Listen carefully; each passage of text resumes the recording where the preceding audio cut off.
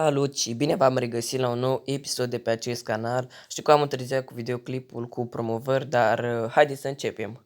Primul este Vlad X, are 1330 de abonați, intrați pe canalul lui și vă abonați.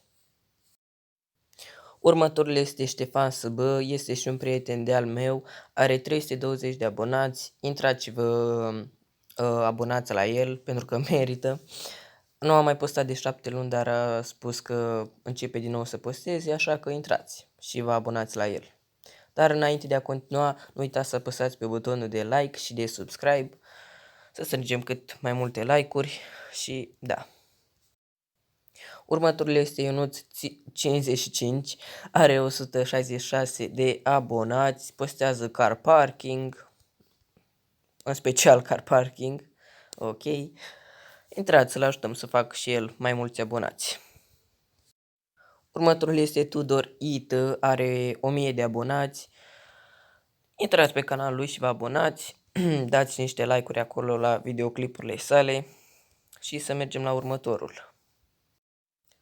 Următorul este Ștefan It, are 132 de abonați, postează Brawl Stars, promovări. Intrați pe canalul lui și vă abonați, pentru că e și el la început și da. Următorul este Victorio, are 345 de abonați. Intrați pe canalul lui și vă abonați. Postează Clash Royale, după cum vedeți. Intrați și vă abonați la el.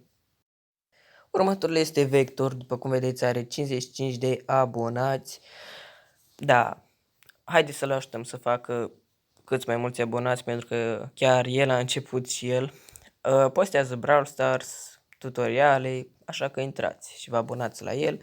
Și cam acesta a fost episodul. Eu v-aș ruga să apăsați pe butonul de like și de subscribe și noi ne vedem data viitoare. La revedere!